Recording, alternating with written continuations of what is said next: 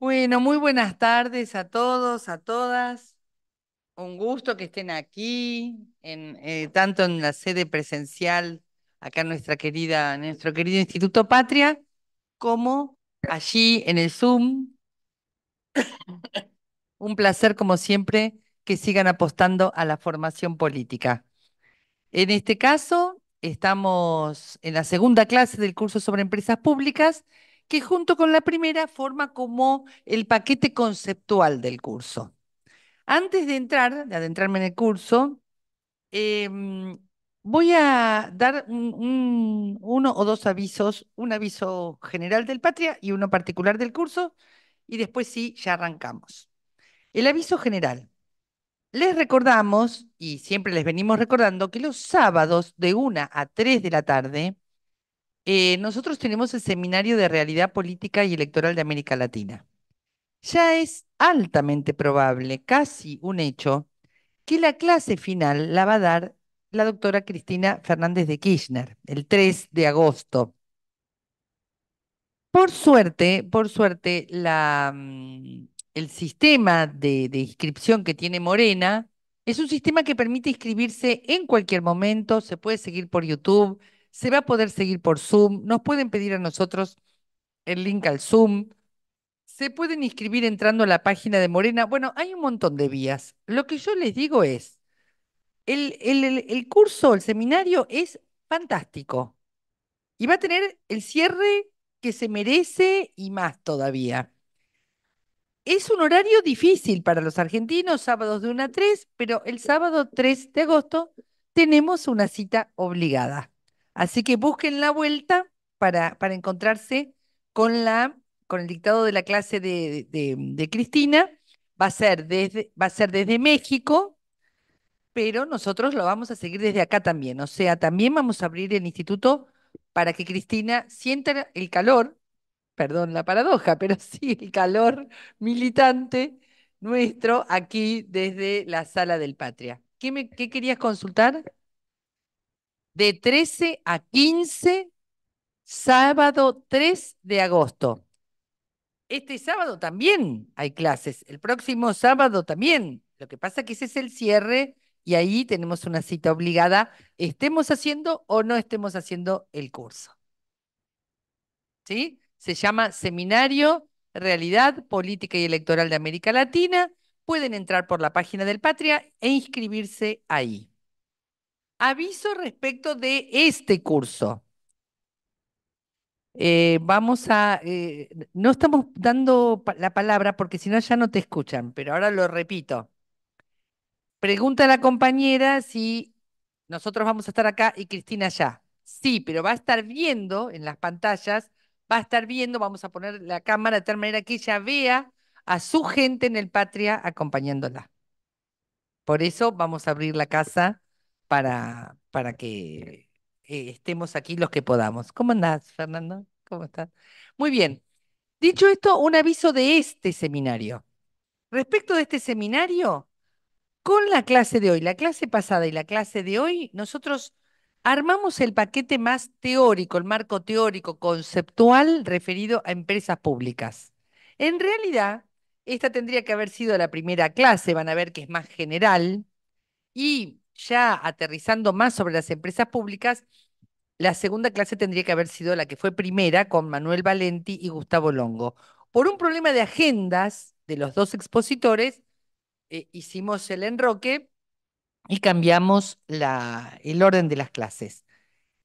Entonces, disculpas porque yo es como que voy a ir más atrás y voy a hacer un marco teórico general para adentrarme en las empresas públicas y luego me va a acompañar, en este caso me cambio de sombrero, voy a estar de profe de ustedes. Mi nombre es Claudia Bernaza, para los que todavía no me conocen, que siempre estoy moderando, coordinando los cursos, pero hoy voy a estar acompañándolos como profesora. Y me está acompañando en el panel el doctor Fernando Borio, integrante de la Comisión Estado y Administración Pública, asesor de sindicatos en esta materia, asesor de nuestro senador Parrilli también en esta materia, un gran especialista que todos disfrutamos y de quien aprendemos mucho sobre empresas públicas. Así que, pasados los dos avisos, estamos para arrancar. ¿Sí? ¿Estamos por allí? Ahí los vemos. Adelante entonces. En primer lugar, yo necesito pactar con ustedes que no existe una definición de Estado que uno pueda decir, el Estado es esto, y menos aún una definición que pueda decir, el Estado debe hacer esto. Esos son procesos históricos y decisiones que toman las sociedades en determinados momentos para determinadas circunstancias y según su historia y según su presente, hasta diríamos según su geografía.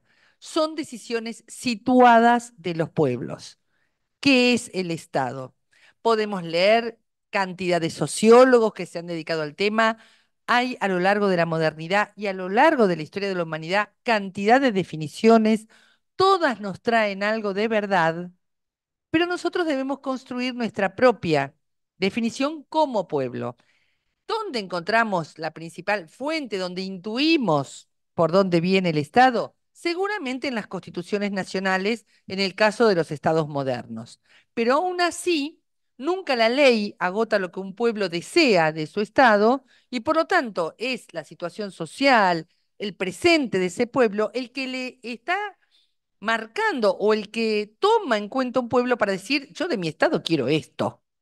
La verdad que quiero esto. Quiero que haga esto, que se prepare para hacer esto, que me defienda en esto.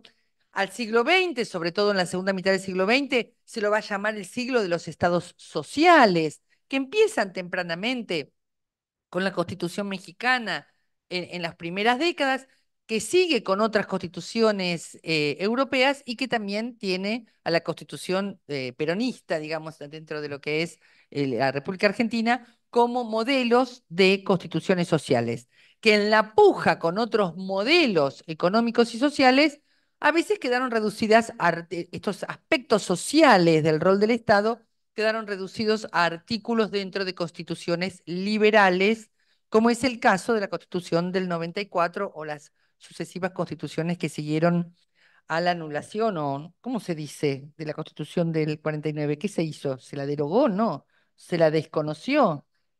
No, no se modificó. Dejaron sin efecto por una decisión del gobierno La de dejaron sin efecto. La dejaron sin efecto, pero ilegalmente, supongo. absolutamente ilegal.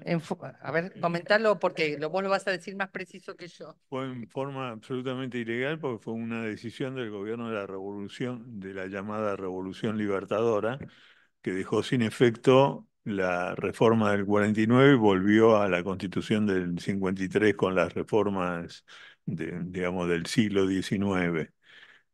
Fue un acto Exactamente. de, fue una decisión de facto, ¿eh? Bien. Que fue ilegal, no cabe la menor duda. La vamos a hacer así Sí, mejor. sí. Que fue ilegal, no cabe la menor duda, porque era un gobierno ilegal que cometió ilegalidades mucho mayores y como, digamos, prohibir por completo al Partido Peronista, a Perón, a nombrarlo, cantar la marcha peronista se convirtió en un delito, etcétera. Eso por lo anecdótico, ¿no? Sin hablar de los fusilamientos del 56, ¿no?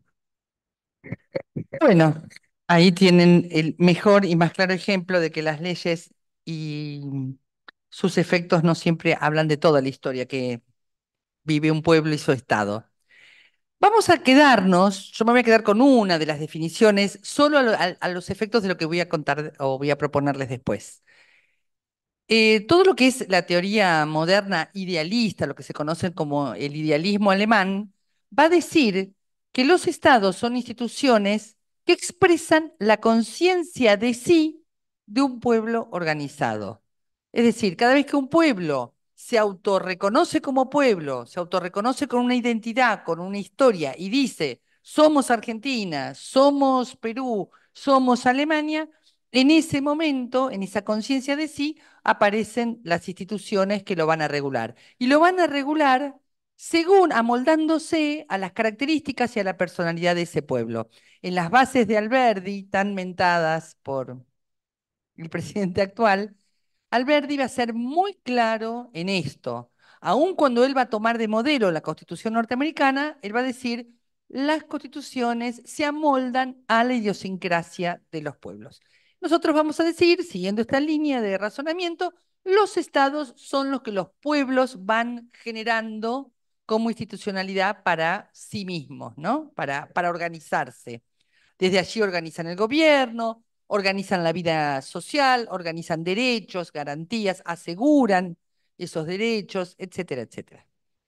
No vamos a entrar acá en una materia como teoría y filosofía del Estado, solo lo tomo para lo siguiente.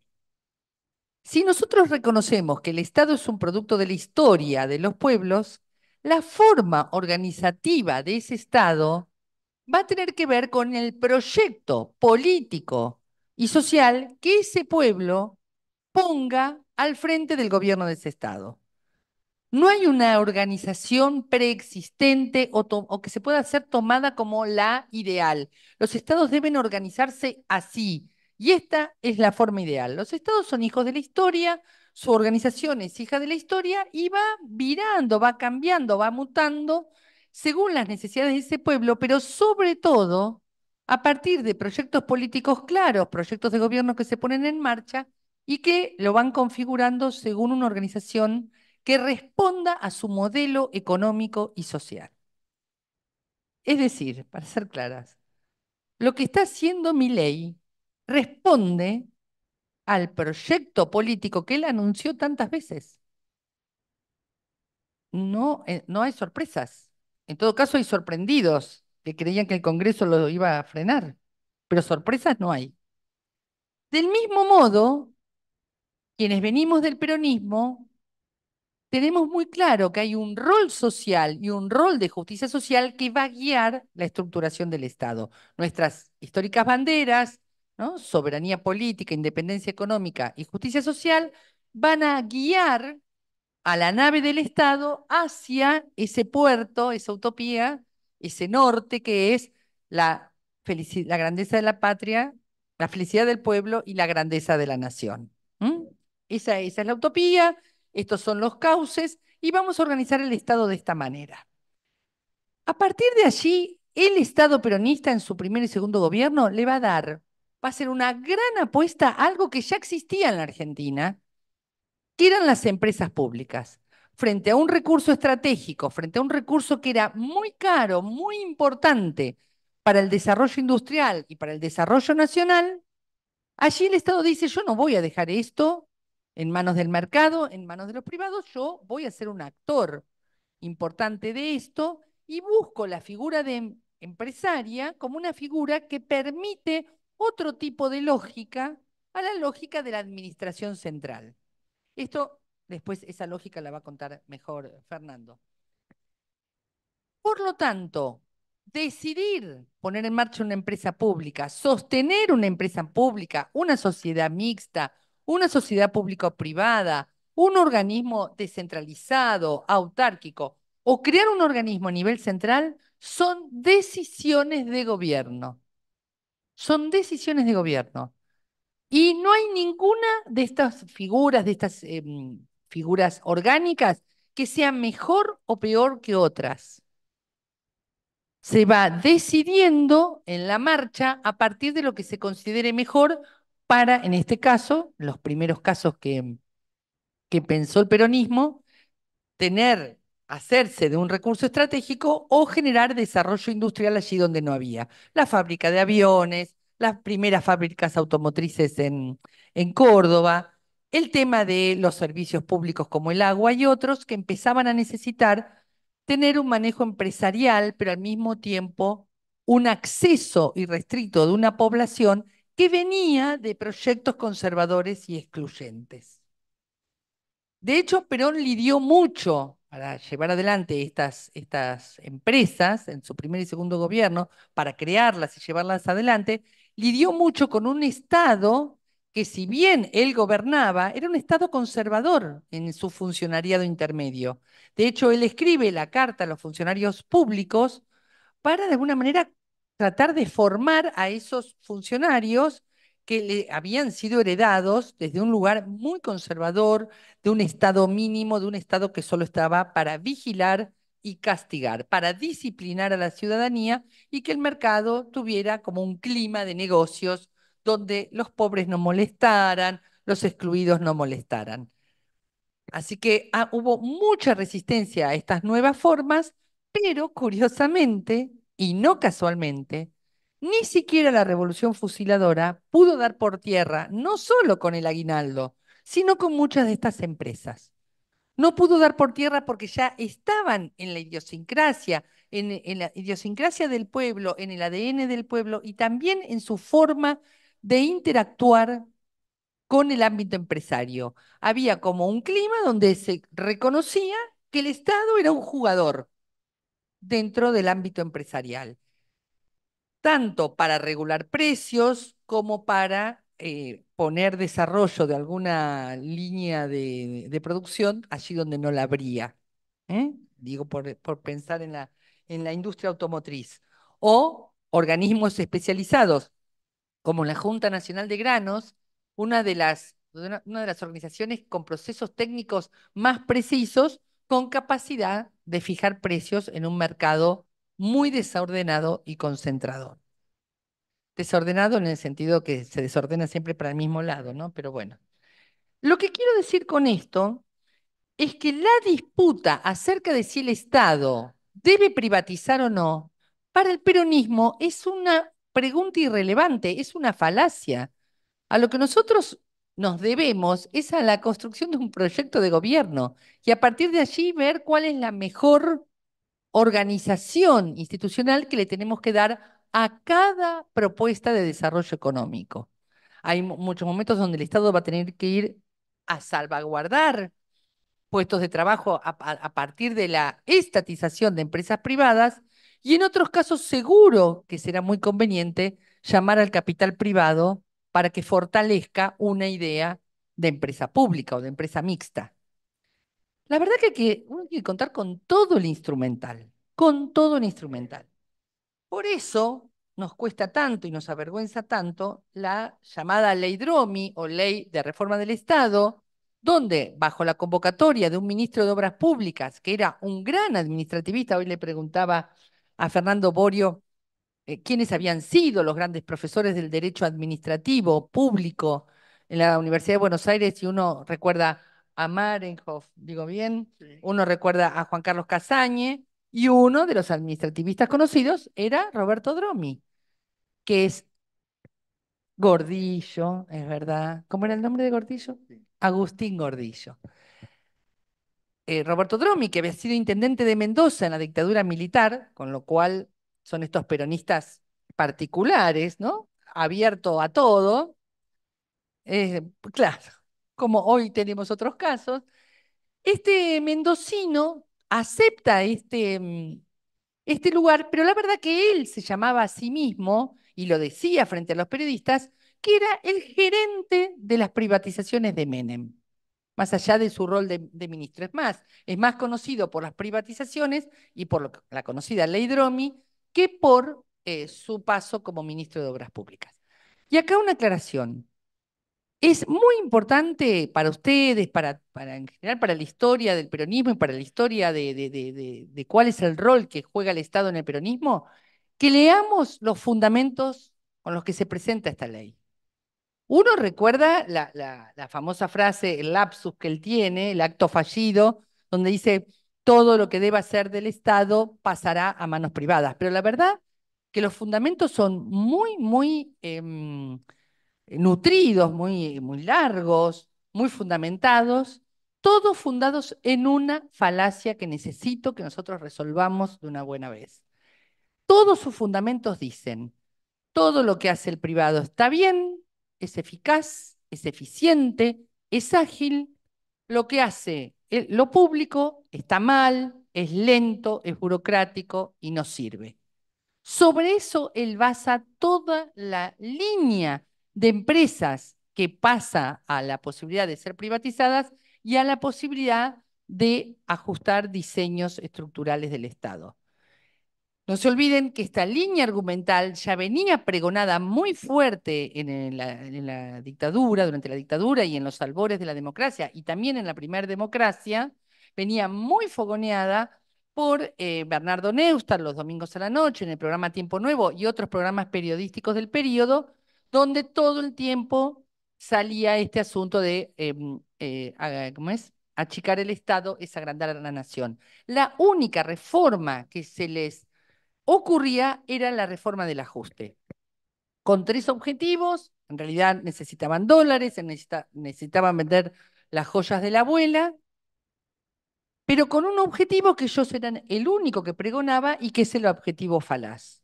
Así va a ser todo más ágil.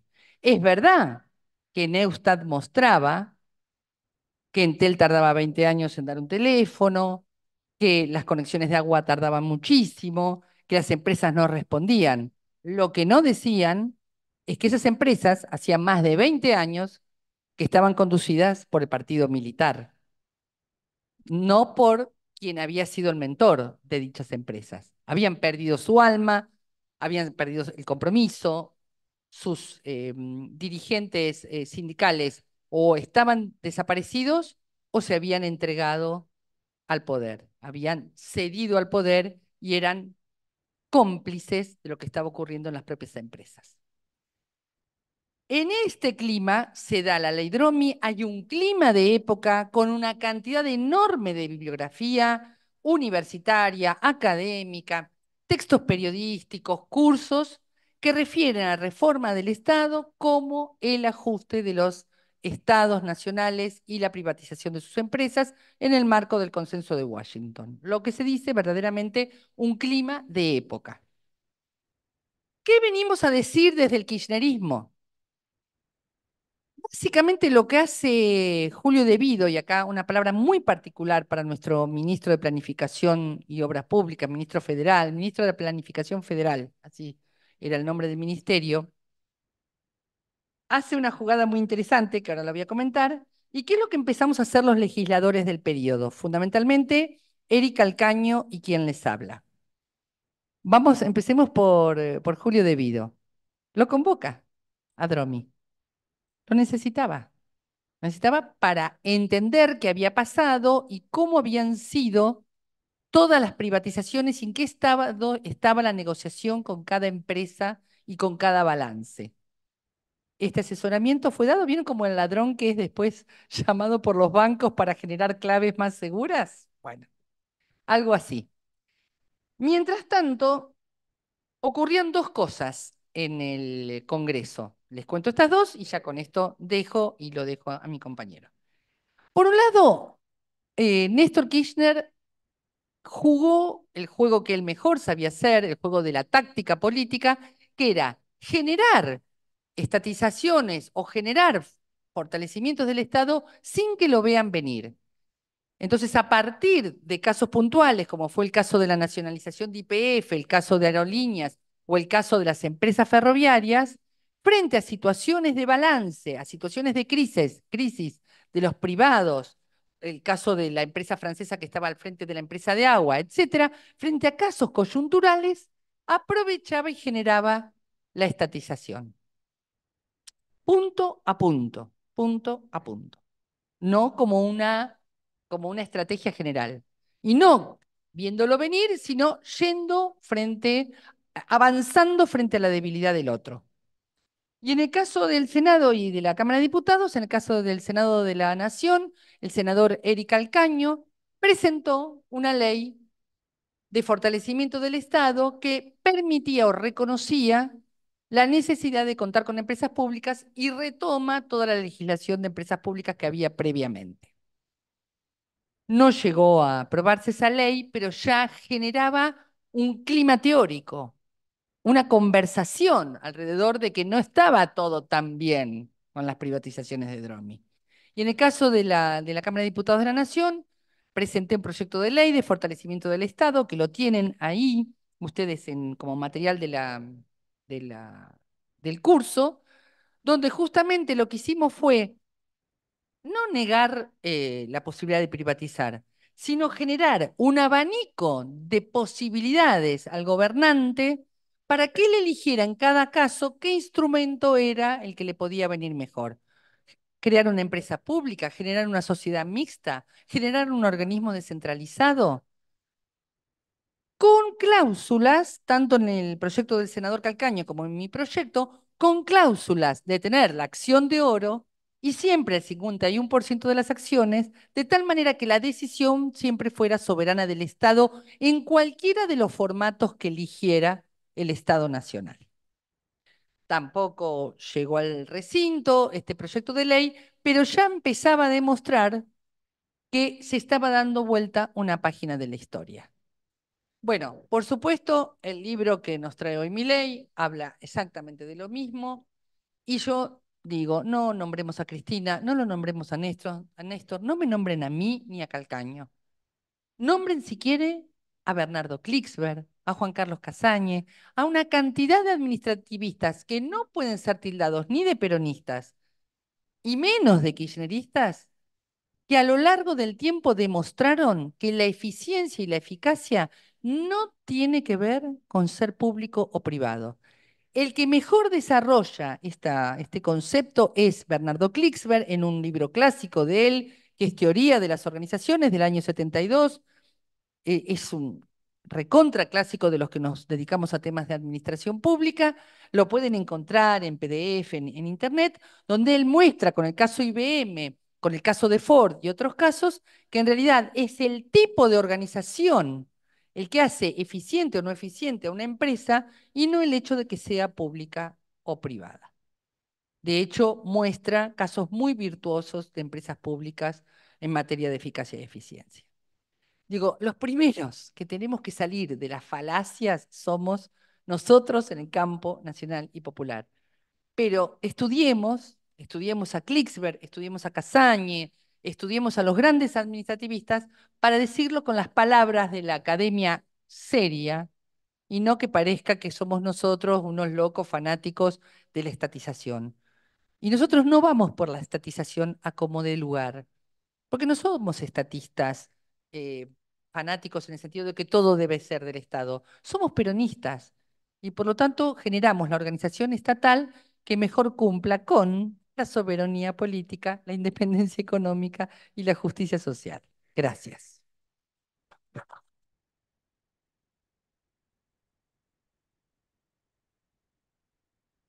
Bueno, buenas tardes a todos y a todas. Yo voy a retomar un poco en el punto en el que, o algunos de los puntos que mencionaste, Claudia, especialmente en lo referido a la concepción del Estado como proyecto político, ¿no? Eh, Desde mi punto de vista, yo soy abogado, administrativista.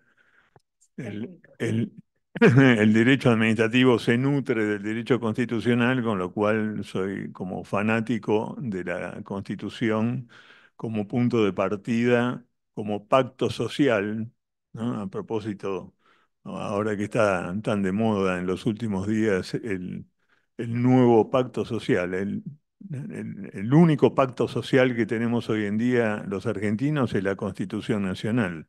Cualquier otra cosa que se aspire a implementar en un sentido diverso requiere de una reforma constitucional si va en contra de la Constitución.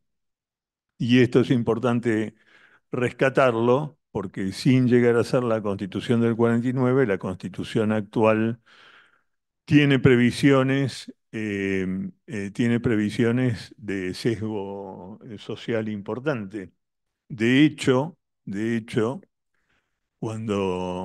cuando algunos juristas, incluso el que fuera en algún momento presidente de la Corte y ahora vicepresidente, criticaba el concepto de justicia social. El concepto de justicia social está incorporado en la Constitución actual, en el artículo que regula las atribuciones del Congreso, lo que fue siempre la cláusula del progreso tiene ahora dos partes. La cláusula del progreso tradicional, que habla del progreso en materia de industrialización, utilización de recursos, etcétera, y habla del progreso social mencionando específicamente el derecho de los habitantes de la nación argentina a realizarse en un marco de justicia social, con lo cual aquellos eh, digamos, critican severamente este concepto,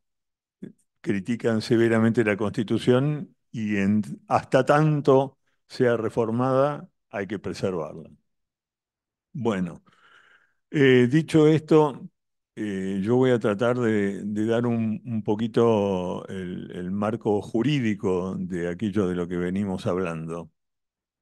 Y no obstante lo cual, quiero hacer alguna reflexión sobre el marco conceptual con que se aborda la materia de la bondad o no de la existencia de estas empresas públicas, que en realidad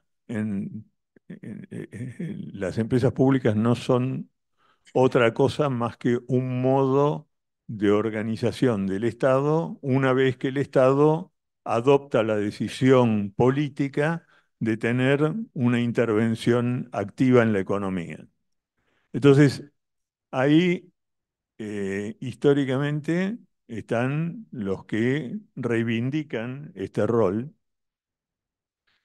Por oposición a ellos están los liberales o los neoliberales que dicen que el Estado, reconociendo el Estado como tal, el Estado debe circunscribirse a los roles tradicionales, los que nadie discute como manifestación del pacto social, que son las funciones estatales de administración de la nación, justicia, seguridad, relaciones exteriores, son las funciones que ni siquiera los liberales o los neoliberales critican, pero hoy vivimos una situación atípica, completamente atípica, porque aparece, irrumpe en nuestra realidad una ideología que hasta cuestiona la existencia misma del Estado. El Javier Milei ha dicho, yo soy el topo que vengo a destruir el Estado. Y es porque algunos, incluso los liberales, suponen que Milei es liberal, cuando Milei él mismo lo dice y es así de transparente, él es libertario. Libertario basado en doctrinas, ¿no? Algunas inspiradas en la doctrina austríaca de Hayek y von Mises, reinterpretadas por gente que, digamos, plantea lo que yo considero ciertas extravagancias utópicas, como Murray Rothbard, que es el numen inspirador de Javier Milei, que lo que plantea es que el Estado no debe existir, que el Estado es una organización delictiva basada en el primer delito, que es la excepción ilegal que significan los impuestos. Entonces, contra eso es muy difícil discutir en términos racionales, porque con un neoliberal uno puede decir, bueno, ¿hasta dónde aplica la teoría de la doctrina de la subsidiariedad, donde el Estado debe suplir lo que los particulares no desarrollan normalmente, pero con un anarcocapitalista basado exclusivamente en el individualismo y en que cada uno individualmente habrá de lograr lo mejor para sí y por esa vía para la comunidad, es mucho más difícil discutir. Pero en esas manos estamos. Entonces, lo que tenemos que hacer es revisar un poco cómo es la historia, incluyendo los periodos que reivindican, porque como son bastante ignorantes también, eh, hace referencia permanentemente a la que llama la época de oro de la Argentina, digamos, del siglo XIX, ¿no? Hasta fines del siglo XIX. Y claro, cuando uno analiza históricamente el fenómeno de las empresas públicas, se da cuenta que las empresas públicas en ese momento no fueron denostadas como lo hace actualmente este gobierno, digamos. ¿Por qué? Porque uno puede discrepar duramente con el modelo de país que tenía la generación del 80 y sus sucesores, digamos, Roca y lo que generó alrededor Roca, ¿no? Un modelo de país, digamos, mirando al puerto de Buenos Aires y basado en el extractivismo agrícola y después de los recursos naturales, de los demás recursos naturales, pero lo que yo digo es aún en esa concepción, concibieron a las empresas públicas como un instrumento para desarrollar estratégicamente aquello que ellos concebían como esencial para el modelo de país. Podemos discrepar con el modelo, pero el instrumento era ese. Sí, yo tengo por acá un apunte interesante del año, las primeras empresas públicas, que eran empresas públicas en el sentido que desarrollaban actividades empresariales, aunque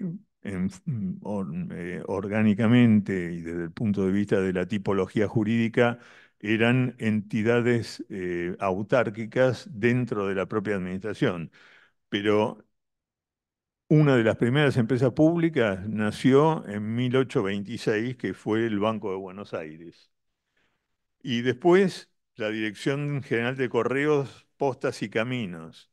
Los ferrocarriles, ¿por qué Roca? Los ferrocarriles fueron inicialmente estatales, contra lo que uno recuerda. Lo que pasa es que después Juárez Selman se lo entregó a los capitales británicos.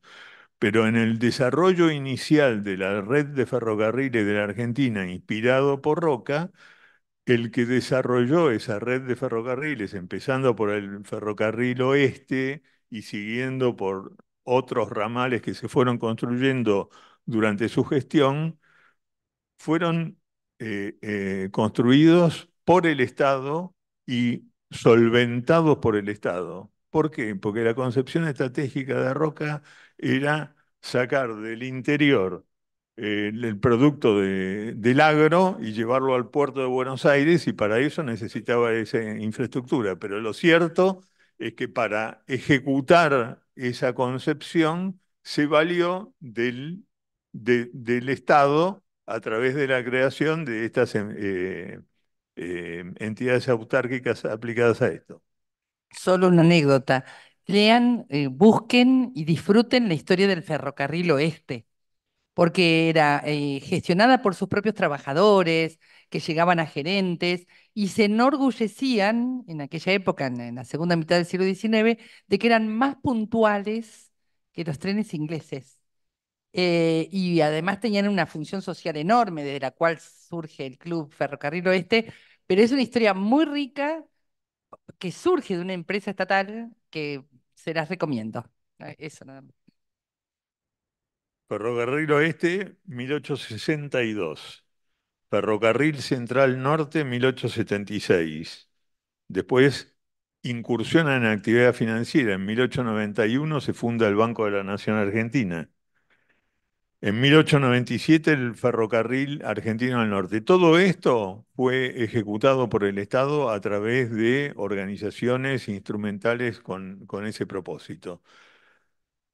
En 1910, un punto que vamos a tocar más adelante, pronto, se constituye la Administración General de Ferrocarriles del Estado para coordinar la acción de todas las líneas de ferrocarriles. En 1912, obras sanitarias. En 1914, la Caja Nacional de Ahorro y Seguro. Y ya llegamos al periodo de Hipólito Yrigoyen, y ahí, como en 1907 se descubre el primer pozo petrolífero, ahí primero hay una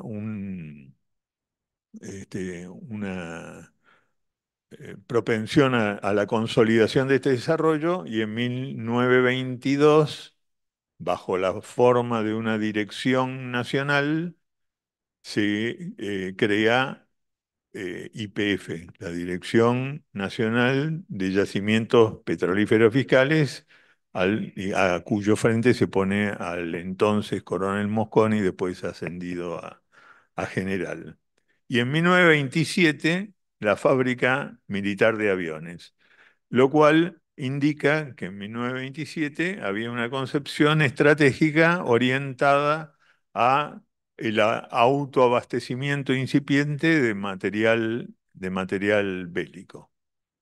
¿Esto por qué lo digo? Insisto, porque,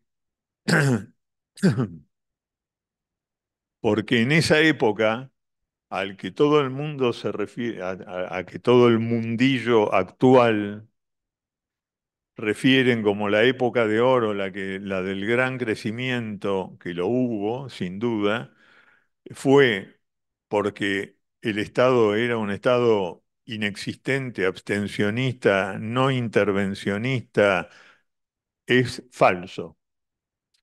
La- Así como el Estado es un instrumento de la vocación política de una comunidad en un momento determinado, las empresas del Estado son más instrumentales todavía para la ejecución de esas decisiones políticas. Después de esto, no vamos a abundar, pero, pero vino la crisis del 30 que profundizó la intervención estatal y en la Argentina después vino el periodo del peronismo, que fue un gran generador de estructura institucional y jurídica para las empresas del Estado. ¿Por qué es importante? Vamos ahora al tema de la organización. ¿Por qué es importante? Porque un tipo u otro tipo. Porque, como dije hace un momento, todo nació del propio Estado a través del modo de organización que concebían y conocían en ese momento en el Estado, que era descentralizar la administración central a través de la figura de las entidades autárquicas. Las entidades autárquicas tienen una personalidad jurídica propia y tienen una relativamente mayor libertad de movimiento, pero siguen siendo integrantes de la administración central a través de esta forma. Con lo cual, el régimen jurídico al que están sometidos es el régimen jurídico propio del Estado, un régimen íntegramente de derecho público donde eh, prima el concepto propio de la administración central, que se atenúa levemente, pero subsiste el principio propio de la organización del Estado, que es la jerarquía, con lo cual los entes descentralizados están subordinados claramente a la imposición del superior jerárquico, etcétera, y sometidos a regímenes asociados a la preservación de la transparencia en la gestión del Estado. Entonces aparecen las primeras leyes regulatorias de las obras públicas y las entidades descentralizadas deben someterse a ellas con un procedimiento que es por momentos engorroso, lo mismo con la ley con las normas de contrataciones del Estado a través del procedimiento licitatorio público, etcétera. Y eso en algún momento aparece como una restricción a la gestión eficiente de estas nuevas personas jurídicas que que estaban asumiendo estas actividades de perfil más industrial y comercial y no las actividades típicas, usuales, del Estado. Entonces empiezan a generarse nuevas formas jurídicas procurando dar estructuras más eficientes. En buena parte de esas formas de organización fueron a través de normas sancionadas en gobiernos peronistas, porque además se da esa paradoja de que hay un salto histórico entre la década del 40 y la década del 70, pero vuelven a aparecer nuevas normas en esa década. Entonces, la primera norma que aparece en el tiempo es la creación de la figura de las sociedades de economía mixta, que es un decreto ley del año 46. eh, hace- muy, muy poco después de asumido el gobierno por Juan Domingo Perón. Eh, Fíjense ustedes que en ese momento la sociedad de economía mixta son lo que hoy se llenan la boca hablando como si fuera la máxima novedad de los proyectos público-privados, porque la sociedad de economía mixta fue concebida exactamente para eso. Era una sociedad, mm, eh, un tipo jurídico concebido para el desarrollo de actividades industriales y comerciales donde confluía el Estado y los particulares. No había mayoría, necesariamente mayoría estatal, sino que eh, podía tener la participación que se pactara, con la particularidad de que cualquiera fuera la participación que tuviera el Estado en la sociedad de economía mixta, de todos modos predominaban las decisiones asamblearias, aun cuando fuera en forma relativa minoritaria su posición.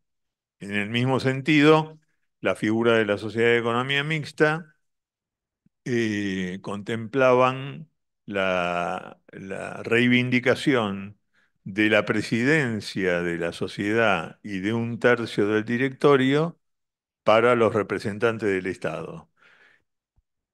También especificaban, y ahí surge claramente la identificación del concepto digamos, de vehículo para la canalización de políticas públicas, la naturaleza de los aportes, porque en la sociedad de economía mixta, el Estado podía contribuir a la conformación del patrimonio a través de diversos intangibles, como podían ser privilegios, beneficios, exenciones impositivas, etcétera, y eh, anticipos financieros, subsidios, aportes tecnológicos, y esto fue una auténtica novedad, y como contrapartida, además, se introdujo la figura del veto en favor del presidente o de quien lo reemplazara en la adopción de decisiones, un veto restringido, un veto condicionado, pero veto al fin cuando los intereses de los particulares que formaban parte de la sociedad de economía mixta eh, estaban en contraposición con los intereses del Estado. Hay quien dice que esta particularidad fue tan novedosa que tuvo poco éxito porque los privados no se acercaban, porque como predominaba tanto el Estado, eso es es incomprobable primero, y qué sé yo, Somisa fue una sociedad de economía mixta en su momento y existió, y, y conceptualmente era un instrumento adecuado. Como estas críticas existieron y quizás no se cumplía completamente con ese propósito, tiempo después se sancionó la ley 13.653, regulatoria de las empresas del Estado. Las empresas del Estado, por, porque muchas veces se habla de empresas del Estado, cuando lo correcto es hablar de empresas públicas que abarcan a los distintos tipos que estamos mencionando. Entonces, eh, las empresas del Estado, a diferencia de la sociedad de economía mixta, son empresas dedicadas a actividades industriales o comerciales, no son entidades autárquicas en ese sentido, eh, porque el fin específico es el desarrollo de estas actividades industriales y comerciales, pero son íntegramente estatales. Nacen como estatales, mueren como estatales, no admiten la participación de capital privado, y esto, cuando hay predominancia del Estado, o en este caso exclusiva participación del Estado, trae como consecuencia algunos privilegios, como la imposibilidad de ser declaradas en quiebra en caso de falencia. Hay que liquidarlas por un procedimiento administrativo, pero como el Estado es un instrumento del propio Estado y el Estado no quiebra, no pueden ser declaradas en quiebra. Las empresas del Estado tuvieron un desarrollo importante. Uno de los problemas que se generan siempre con estos tipos jurídicos es esto, como procuran una mayor eficiencia e identifican al derecho público como un factor potencial de ineficiencia para el desarrollo de actividades industriales y comerciales, es la discusión acerca del régimen jurídico que impera en este tipo de empresas. Y hay una coincidencia generalizada, es que tienen un régimen jurídico mixto. Es decir, en todo lo que se relaciona a la interacción entre las entidades y el Estado se rigen por el derecho público, mientras que en la actividad que vincula a la empresa con los particulares se rigen por el derecho privado. Esto genera una inmensa cantidad de discusiones sobre si su personal está sometido a la ley de contrato de trabajo o a los regímenes de los empleados públicos, si sus directivos son o no funcionarios públicos. Lo cierto es que muchas de ellas, a propósito de esto, empezaron a especificar a qué régimen quedaba sometido cada una de estas. Pero en general, todas procuraron siempre evitar el sometimiento a los regímenes de derecho público en lo que se refiere a la gestión, a las contrataciones, etcétera. Lo cual no quiere decir, porque esto también hay que aclararlo, no quiere decir que sea un descontrol, que haya ocultamiento de información. Todas las empresas públicas, las de aquel tiempo y las actuales, están sometidas a regímenes de control en el actual contexto.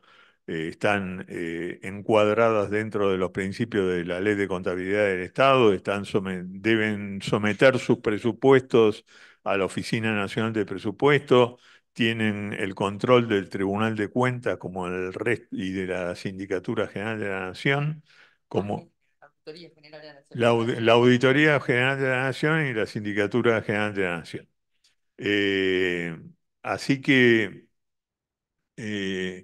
bueno, esto fue así con la ley 13653, y luego, ya en época más moderna, se sancionó la ley 20.705 de Sociedades del Estado, también íntegramente estatales, sin admitir la posibilidad de la existencia de capitales privados, pero con un régimen más cercano al societario, siempre en la procura de la mayor agilidad en la gestión. En el entretanto, en el entretanto, hubo algunas situaciones particulares porque el Estado empezó no en la clase, sino en la última reunión de la Comisión de Estado de Administración Pública. Alguien habló no solo de la creación, sino también de la recuperación de empresas. Y lo asociaba más a la recuperación de empresas públicas que eventualmente fueron privatizadas.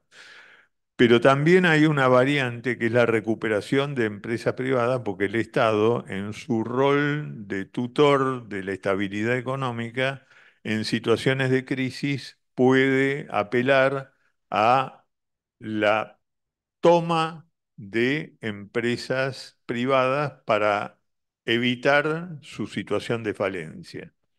Tenemos un caso actual, que es el que están batiendo el parche de que es la primer privatización que va a hacer el gobierno de Milei, que es la de IMSA. IMSA es una empresa que en este momento tiene una participación del Estado Nacional, tiene una participación del de la provincia de Mendoza y tiene ¿y por qué es esto? ¿Por qué está el Estado Nacional y la provincia de Mendoza? Porque la industria que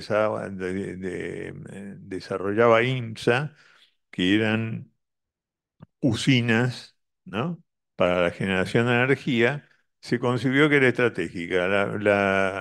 La empresa se estaba yendo a pique, el Estado salió a rescatarla porque se puede hacer por razones estratégicas, se puede hacer por razones de ocupación de mano de obra o por ambas al mismo tiempo. En este caso salió a rescatarla, la familia propietaria quedó con un porcentaje mínimo y ahora aparentemente es la primera privatización que van a asumir porque es una sociedad anónima. Eh, sí, sí. Eh,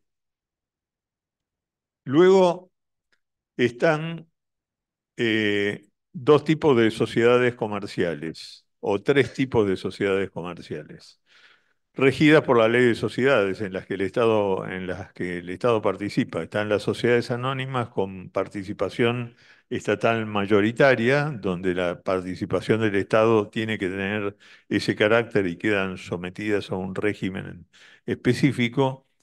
Están las sociedades anónimas como esta, en la que participa con participación accionaria en una sociedad anónima bajo el régimen general de las sociedades, y a raíz eh,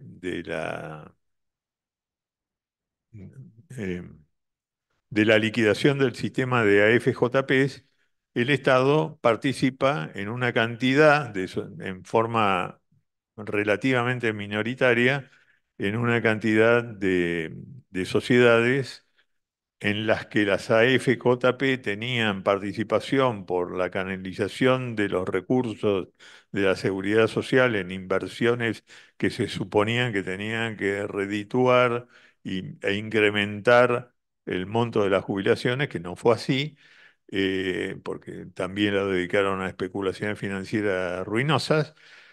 Pero al nacionalizarse el sistema de seguridad privada, al reestatizarse el sistema de seguridad social, el Estado pasó a tener participación en estas entidades.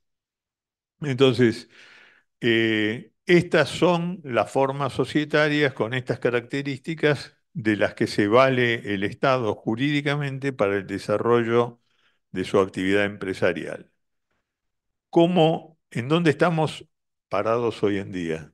Porque lamentablemente yo sé que a vos no te gusta hablar del DNU, no te gusta hablar de la ley bases, pero hoy yo venía pensando cuando venía para acá y decía, no sé si en lugar de abogado me siento más como un médico forense dando cuenta a los parientes del muerto cuáles fueron las causas de su muerte, o un médico terapista dándole un cierto aliento a los parientes de un enfermo moribundo, este, con, y sí, me quedo con el segundo, porque la verdad es que la combinación del DNU 70 del 2023 con la ley bases le da un golpe mortal a todo el modelo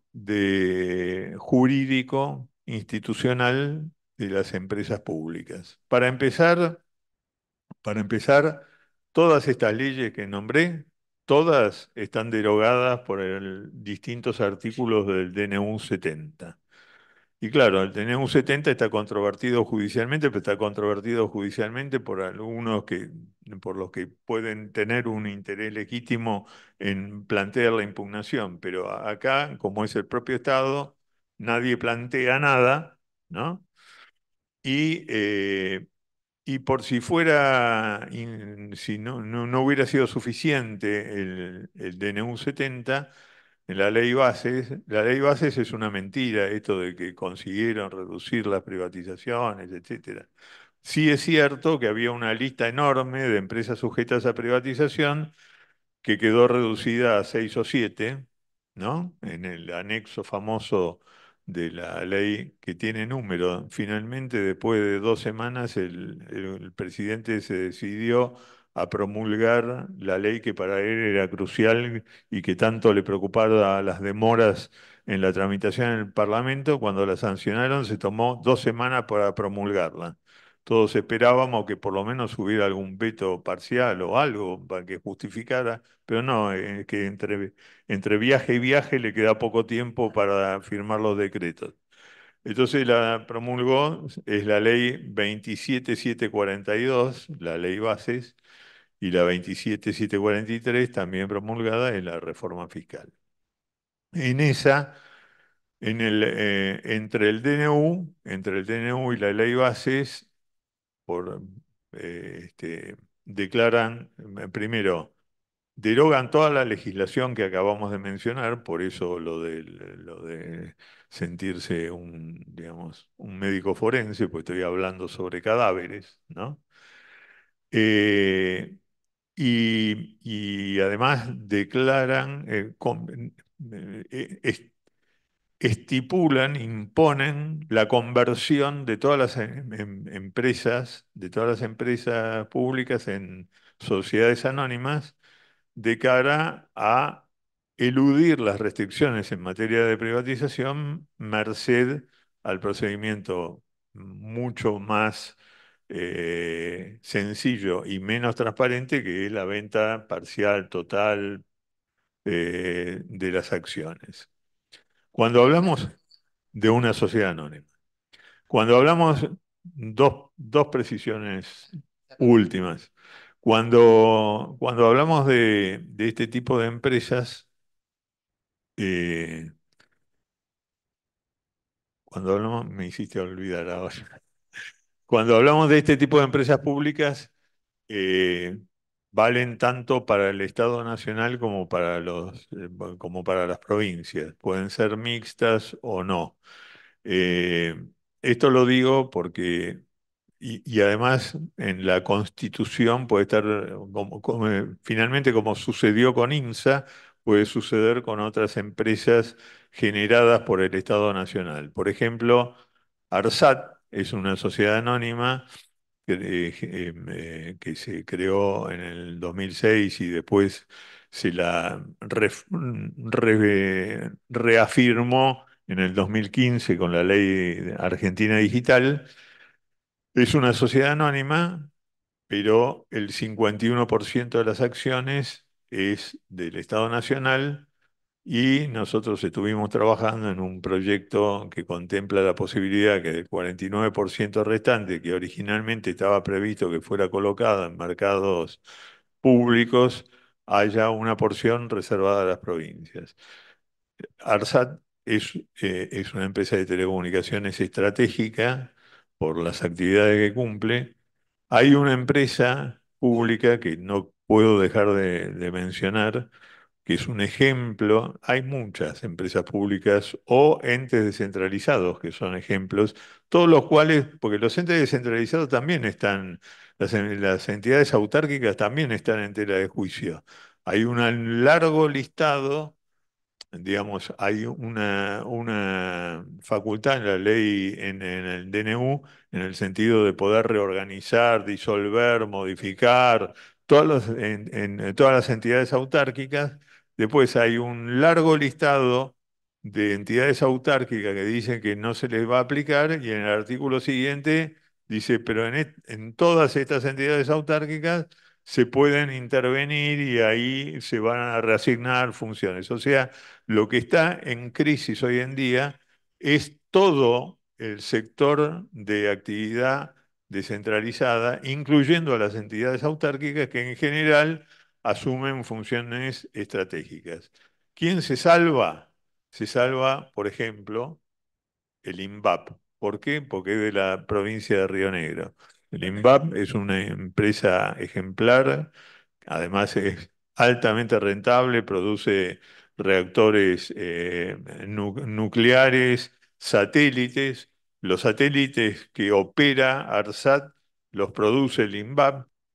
eh, y es un modelo interesante porque es el 100% del capital de la provincia de Río Negro y en el directorio, un tercio del directorio, la provincia de Río Negro se lo reconoce y asigna a la Comisión Nacional de Energía Atómica, por la sinergia que tiene la Comisión Nacional de Energía Atómica con el INVAP. Pero bueno, dejamos para las preguntas cualquier ampliación. Muchas gracias. No, gracias a vos, Fernando. Sabe mucho, Fernando. Cada vez que tengan que, cada vez que tengan dudas, quieran saber algo sobre el derecho administrativo, es nuestro hombre, ¿no es cierto? También para el senador Parrilli. La verdad que lo respetamos muchísimo y nos ha ayudado mucho a pensar leyes. Una aclaración. Sí. Lo que Claudia Barnaza no dijo es algo de lo que me siento particularmente orgulloso y es de haber sido durante un tiempo asesor de ella durante su gestión como diputada en los 2 años del último mandato. Sí, por eso, gran persona de consulta en mi despacho. Es verdad, es verdad. Una aclaración conceptual más y anda acercándote, Pablo Guevara, para la moderación de preguntas. Todas estas leyes, olvidémonos ahora que están en la camilla del enfermo o en la morgue. No, no, la verdad que es terrible la figura y no lo quiero ni pensar. Como dice él muy bien, no me gusta ni hablar de eso. Una aclaración. Una creación de empresa, como es por ley, puede incluso en la propia ley decir cosas diferentes o originales respecto de estos modelos empresariales, ¿eh? Cuando uno reestatiza o cuando uno genera una organización empresarial mixta por ley, puede darle la forma que decida en esa ley, independientemente de cómo está prevista las regulaciones generales. Lo comento porque digo, fíjense qué libertad tienen los estados de parecerse todo lo que puedan a lo que un pueblo necesita. No sería el caso actual, pero bueno. Pero lo quería aclarar para que nos quede claro que no es que la empresa tiene que seguir en su ley a rajatabla lo que dice el marco general de empresas públicas. Puede tener artículos propios, modalidades propias. ¿Sí? Bueno, vamos con las preguntas. Judith, vamos a empezar por allá con los comentarios en el chat y las preguntas en el chat mientras le paso el mando y lo hago sentarse acá. Oh, no, todavía no, porque todavía tengo que contestar alguna. Después va a pasar a ocupar mi lugar Pablo. Vamos a empezar por el chat. Adelante, Judith. Bueno, dale, comenzamos con alguna de las preguntas que nos dejaron en el chat. Nos pregunta Sergio del Canto, ¿no existe un resguardo constitucional para evitar la privatización de cuestiones estratégicas, como por ejemplo lo energético, el suelo, rutas, caminos y ríos, el uso del agua, solo por nombrar algunas? Bueno, sobre el resguardo constitucional lo vamos a dejar después al doctor Borio que la conteste. ¿Alguna más en Bien, el y chat? otra pregunta se hicieron respecto a Vicentín, un comentario dice, Vicentín, ¿no podría ser un ejemplo de salvataje del Estado de una empresa privada por razones estratégicas? ¿Por qué el gobierno no se animó a intervenir, Vicentín? Muy bien. La Son pregunta esas sobre preguntas Vicentín. por el chat. La pregunta de Vicentín también se la voy a dejar al doctor Borio porque sabe más y además porque son difíciles de contestar, incluso políticamente, pero sobre las dos la dejamos a Fernando. ¿Alguna más o algún comentario también, eh? Solamente esas preguntas. Después hicieron muchos comentarios respecto al texto que vos mencionaste de Bernardo Klinsberg, sí que quedamos ya en pasarle algunas ideas centrales por el aula virtual porque no podían encontrarlos por el campus. Y Bueno, bueno, que piensan profundizar sobre eso, sobre las teorías de las organizaciones, la línea argumental para fogonear a favor de lo privado y combatir o aniquilar el Estado es lisa y llanamente que se basan en un objetivo de avasallar las economías regionales, también nos dice Alicia, y Claro. Demian nos dice que el Estado somos todos, y que todo es afín a la dependencia, la quita de la soberanía. Esos fueron los comentarios del chat. Qué bueno, bueno, fueron siguiendo la clase. Por aquí, preguntas por aquí, si querés ir pasando y que en todo caso vayan levantando la mano los que quieran hacer preguntas a viva voz. Hacemos dos aquí, por si acaso hay alguna para mí, si no ya los dejo con Borio. ¿Un comentario?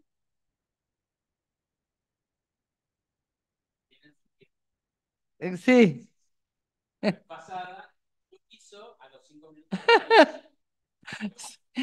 Acá Pablo se queja porque dice que están tímidos acá en la sala y que después a último momento todos quieren, todos quieren preguntar. ¿Alguien levantó la mano por allí, Judith o Mari? Y acá tiene una, y acá apareció, ven, acá el primer tímido que se Bien. animó.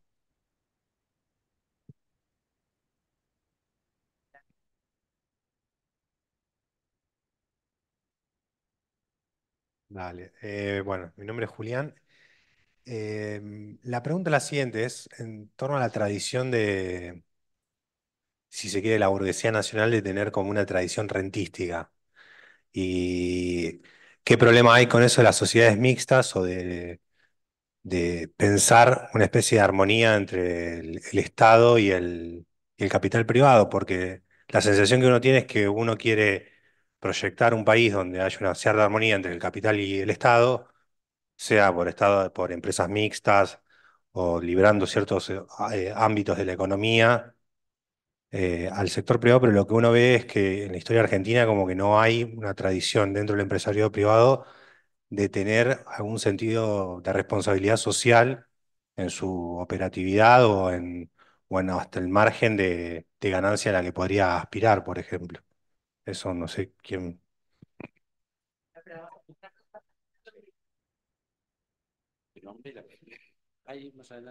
Mi nombre es Nuria y... ¿Eh? ¿Para acá? Ah, bueno, mi nombre es Nuria Olmos, soy trabajadora de una empresa pública.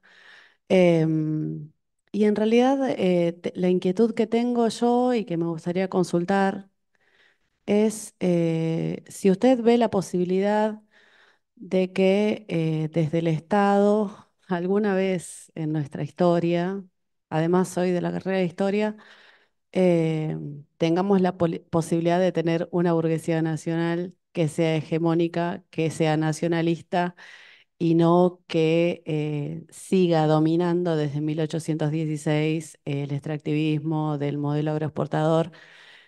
Si usted cree que en algún momento podemos desarrollar nuestra industria y dar un paso al frente en lo que es geopolíticamente, ¿no? Como lo hicieron los países asiáticos en la mitad del siglo XX con el modelo japonés o la propia China, cómo pudieron, a pesar de que la revolución industrial, perdón por lo largo de la pregunta, pero cómo Inglaterra tuvo su revolución industrial en el siglo XVIII y cuando creían que ya estaba, resulta que Asia a mediados del siglo XX empieza a desarrollar su industria. Entonces, yo cuando pienso en esas cuestiones creo que no es tarde.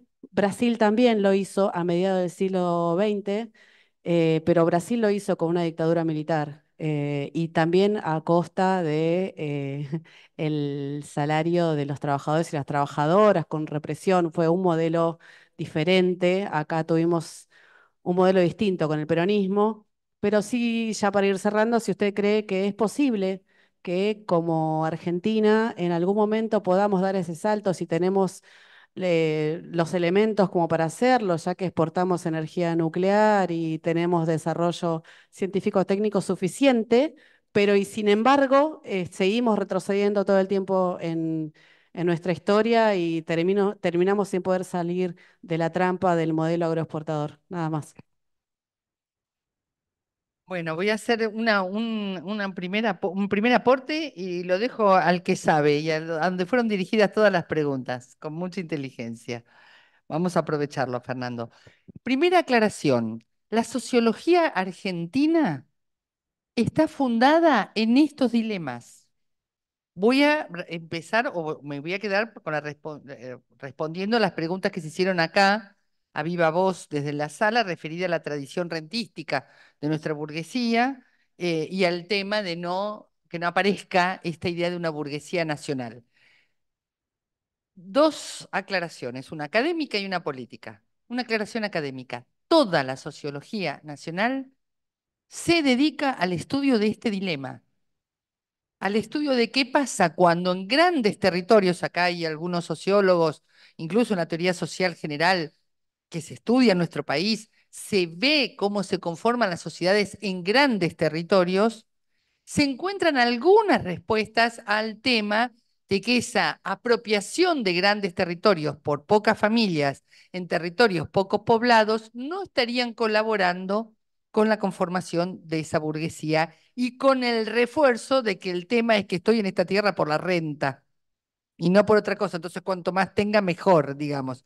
Tanto fue así que el gran auge, el gran despegue de la sociología latinoamericana, que fue la década del 50 y la década del 60, trae en los expertos que asesoraban a quienes escribían los planes de desarrollo nacional de la Alianza para el Progreso, que se firma en 1961, como contrafuego frente a la Revolución Cubana del 1 de enero del 59, cuando Estados Unidos hace el contrafuego de fomentar y financiar planes de desarrollo nacional y los gobiernos latinoamericanos buscan expertos de la CEPAL, de la OEA y pagan expertos para que los ayuden a hacer sus planes de desarrollo, lo primero que piden esos sociólogos, esos ingenieros, esos economistas, fue la reforma agraria, que después en los 90 era impensable ni decirlo. Es como que se fue del lenguaje de la agenda pública y no lo estaban diciendo ni el Che Guevara, ni Camilo Cienfuegos, ni siquiera el peronismo. Los que pedían reforma agraria eran la CEPAL, la OEA y los expertos que asesoraban a los gobiernos latinoamericanos de la Alianza para el Progreso. Sin ese contrafuego de reforma agraria, no se podía luchar no se podía evitar el efecto contagio de la Revolución Cubana.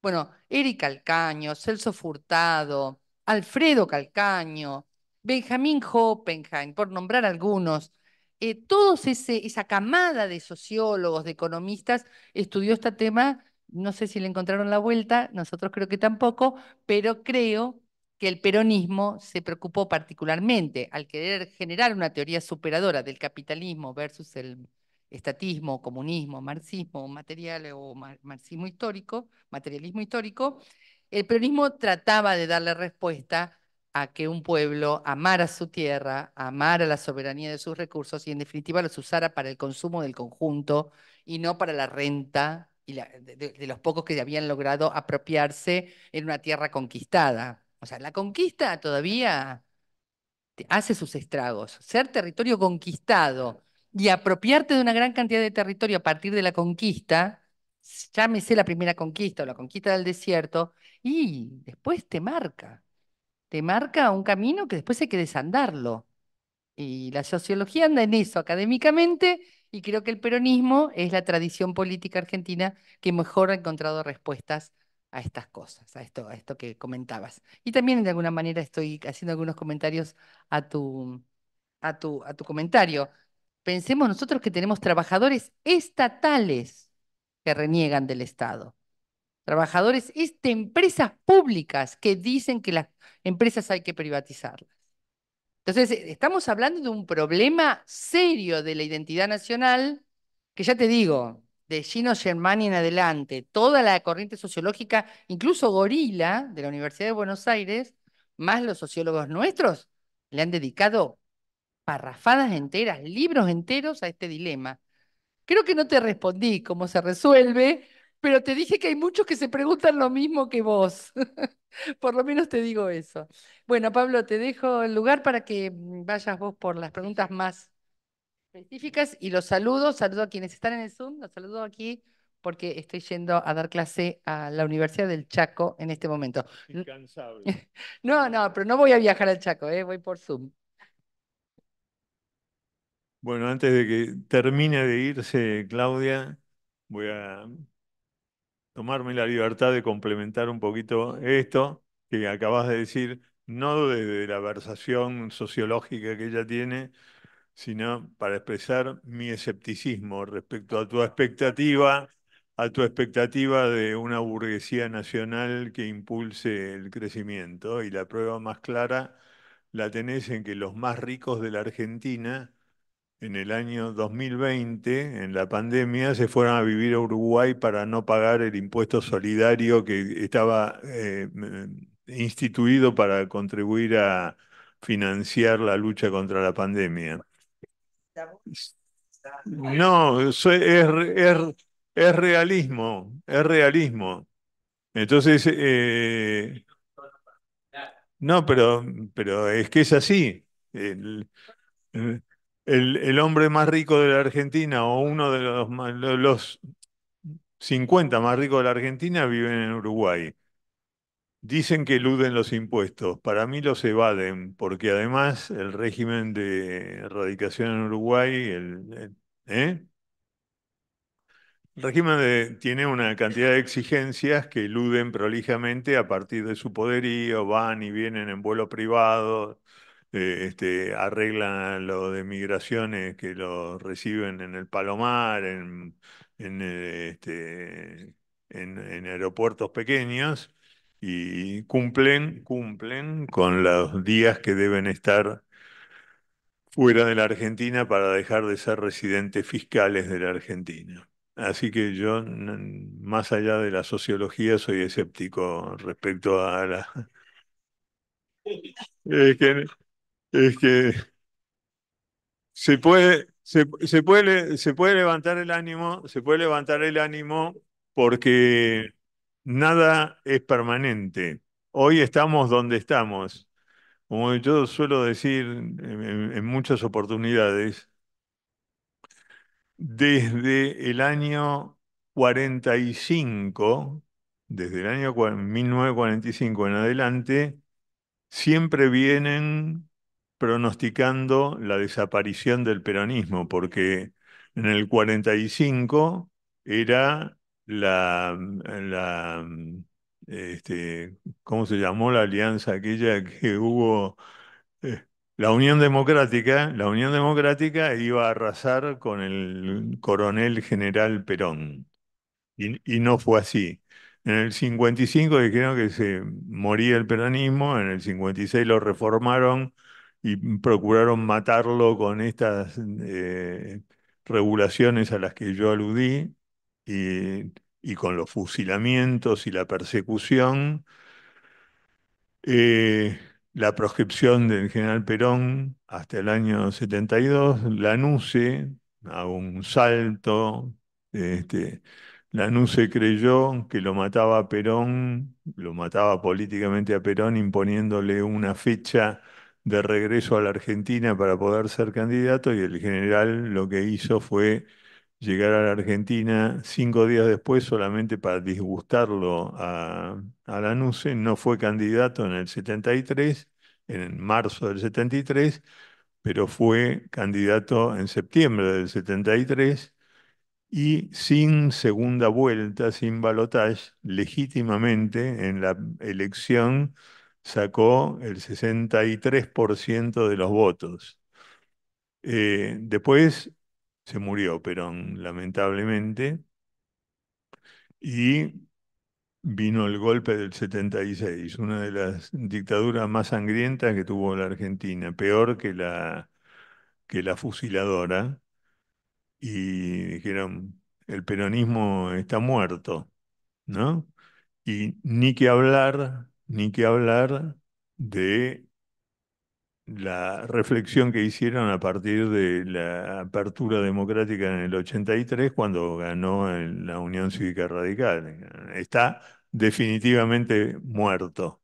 Y sin embargo, después, acá estamos, digamos, acá estamos y seguimos trabajando. Y para dar un poco, ahora, lástima que se fue Claudia, pero para dar un toque de optimismo y de ánimo, cuando salió el decreto, cuando salió el decreto 70, el DNU 70, yo dije, me parece bárbaro este DNU. porque es mucho más fácil de derogar. Es derogar el de un 70 y todo vuelve para atrás. Eh, y a eso vamos a ir, porque ni siquiera, fíjense ustedes lo que fue el tratamiento de la ley Bases. El tratamiento de la ley Bases fue impulsado por un grupo reducido de ignorantes, porque eso es lo que es digamos, los bloques de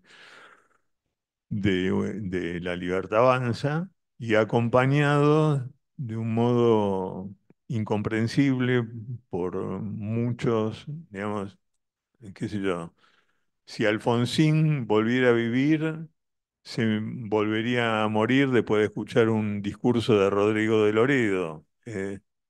Y así muchos, y no vamos a hablar de los propios, ¿no? Lo de Loredo lo levantaste mucho todo. ¿Por qué? Y vas de Loredo y es como Sí, bueno. material fácil. Sí, claro, sí, sí, por supuesto. Bueno, voy a intentar contestar algunas de las preguntas. Alguien, sí, sí, preguntaba acerca si no había un resguardo constitucional. Sí, hay resguardos constitucionales. Hace poco, el actual presidente de la Corte Suprema de Justicia, Rosati, en un tono de algún modo crítico hacia la actual administración o hacia sus representantes, habló de Alberdi y de las bases, ¿no? Y dijo, las bases de Alberdi es mucho más citado que leído. Y con la Constitución Nacional pasa lo mismo.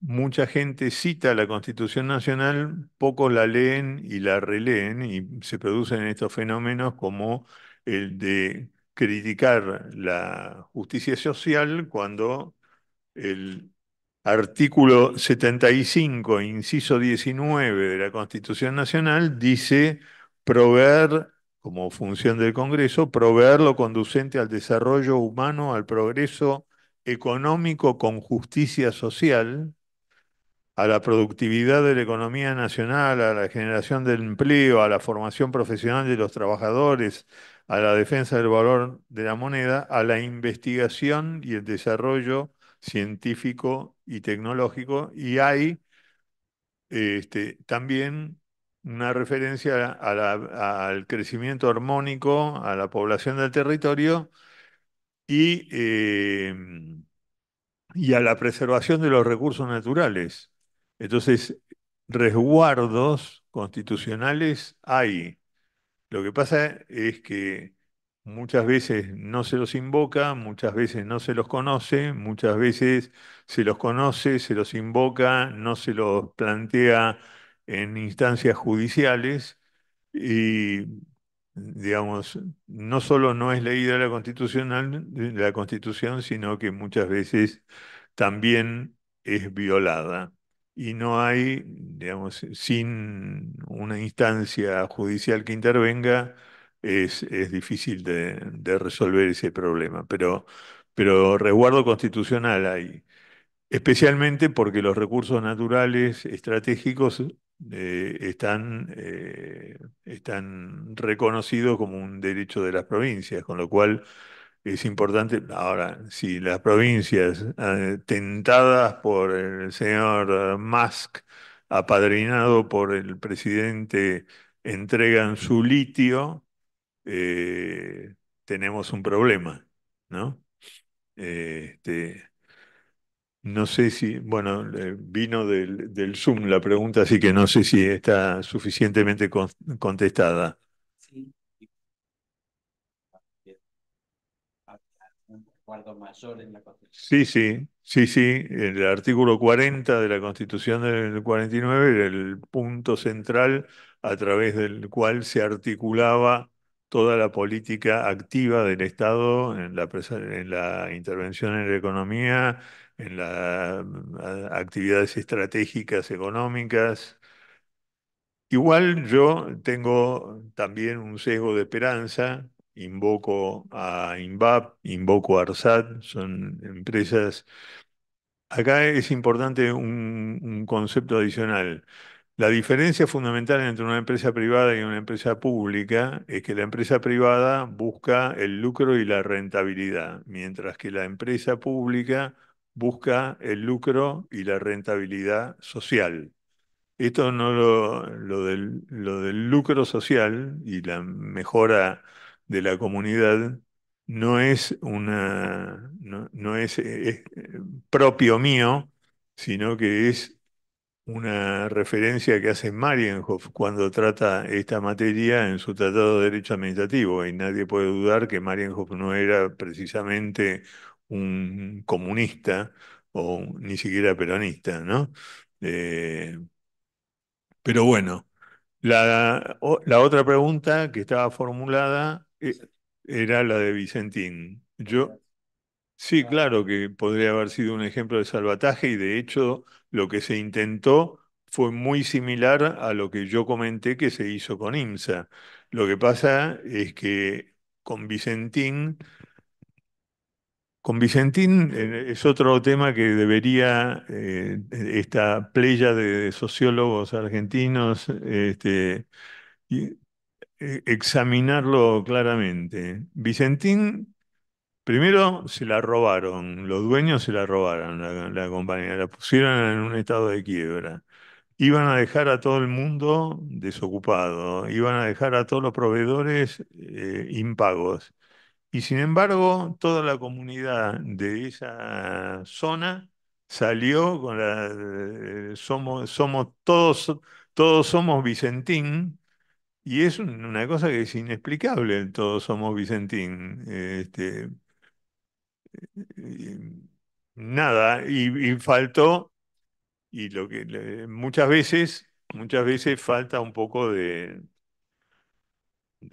consistencia en la adopción de las decisiones, porque en algún momento se procuró la utilización de este procedimiento, después se volvió para atrás, ¿no? Por por la gran oposición que había generado.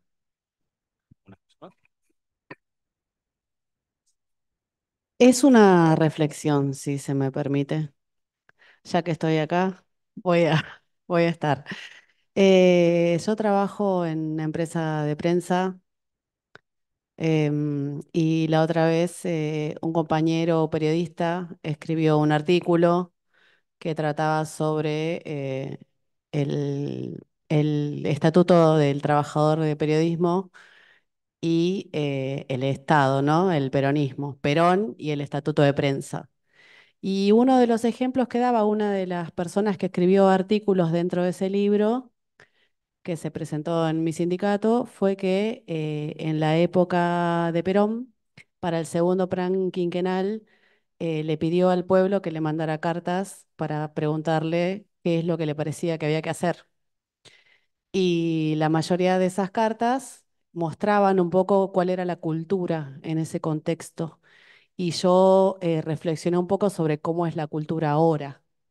Resulta que la mayoría de los pobladores de los barrios les decían que expropie una plaza, que expropie un terreno, que expropie una empresa. Y era parte del pensamiento popular que la expropiación era una alternativa para que un espacio público o una empresa que generaba puestos de trabajo fuera funcional a las necesidades de la comunidad, de ese barrio en particular. Entonces lo que yo pensaba es cuánto que cambió y cómo nos colonizaron mentalmente, culturalmente, desde ese momento hasta hoy, que hoy el propio pueblo que rodea a Vicentín dice somos Vicentín, no a la expropiación. Era eso simplemente, cómo cambió culturalmente. Gracias. Bueno, ¿alguna otra pregunta acá en la sala o en el chat? Mientras tanto, igual les vamos recordando a todos y a todas que la semana que viene no hay curso, no hay clase, sino que la vamos a retomar, entiendo que el 1 de agosto, que es jueves. Exactamente, hay un receso. Así que nos vamos a volver a ver el 1 de agosto, tanto en el Zoom como acá en presencial.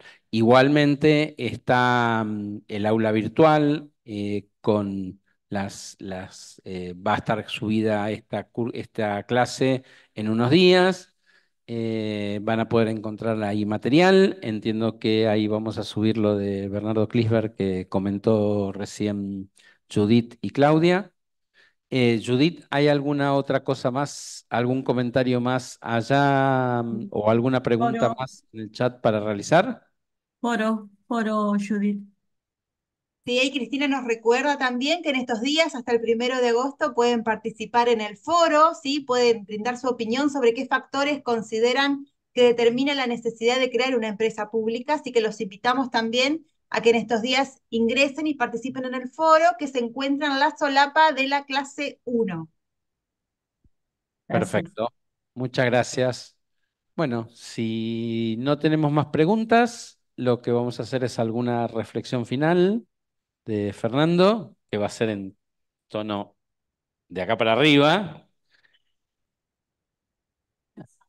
No, no, pero de alguna manera ya le han puesto esta consigna. Em, Sí, claro.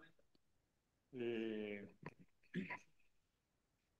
yo, nada, la reflexión que voy a hacer, yo tengo mucha esperanza porque creo que este modelo, como está planteado, no se sostiene.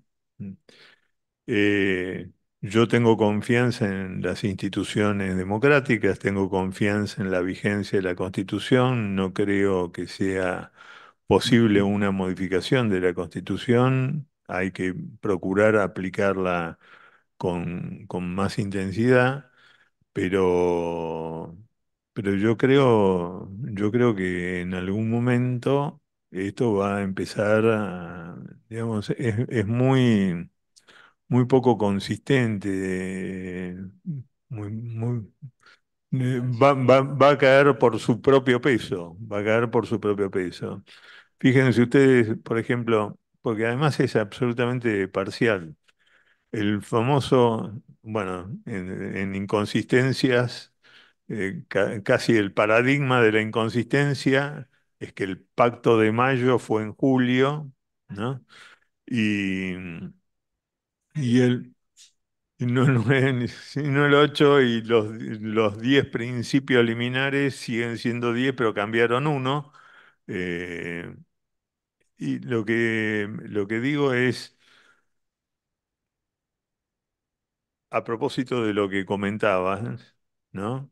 Eh, en esto de la lectura parcial de la Constitución, ¿no? El primero de los puntos del Pacto de Mayo firmado en julio es la preservación de la propiedad privada, ¿no? La reivindicación de la defensa de la propiedad privada. Y la defensa de la propiedad privada ya está en la Constitución, pero está en la primer parte del artículo 17. Lo que pasa es que todo el mundo se olvida que la segunda parte del artículo 17 contempla el instituto de la expropiación por causa de utilidad pública como un instrumento válido de actuación del Estado. Entonces, no solo hay que leerla, la Constitución, sino que hay que leerla bien y hay que leerla completa, porque si se lee solamente la parte de la Declaración de Derechos y Garantías y en forma sesgada, eh, digamos, se desbalancea. Y nada, las empresas públicas son un instrumento adecuado para para la intervención del Estado en aquello que está llamado a hacer, que es equilibrar socioeconómicamente a a la comunidad. El Estado, me parece un disparate la teoría libertaria. Creo que es inconcebible una comunidad organizada sin un Estado que pueda arbitrar para que siga desarrollándose como tal.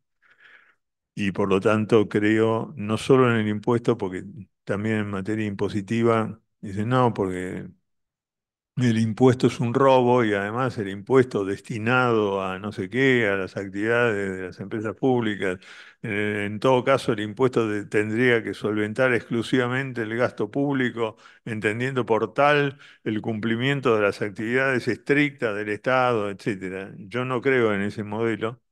Yo creo en un Estado, en el impuesto como un instrumento de redistribución de la renta.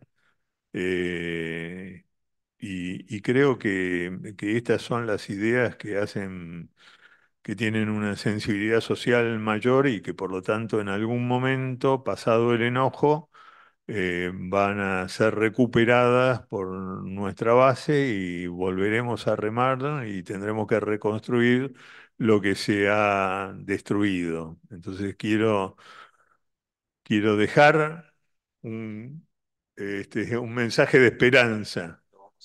Una vez más, vamos a volver. ¿Eh? Muchas gracias, Fernando. Muchas gracias a Claudia. Bueno, les volvemos a recordar que el jueves de la semana que viene no hay clase, que la próxima clase es el 1 de agosto. Así que abrimos los micrófonos, Mari, nos saludamos, nos vamos saludando acá y nos estamos viendo en 2 semanas, en 3 semanas, perdón.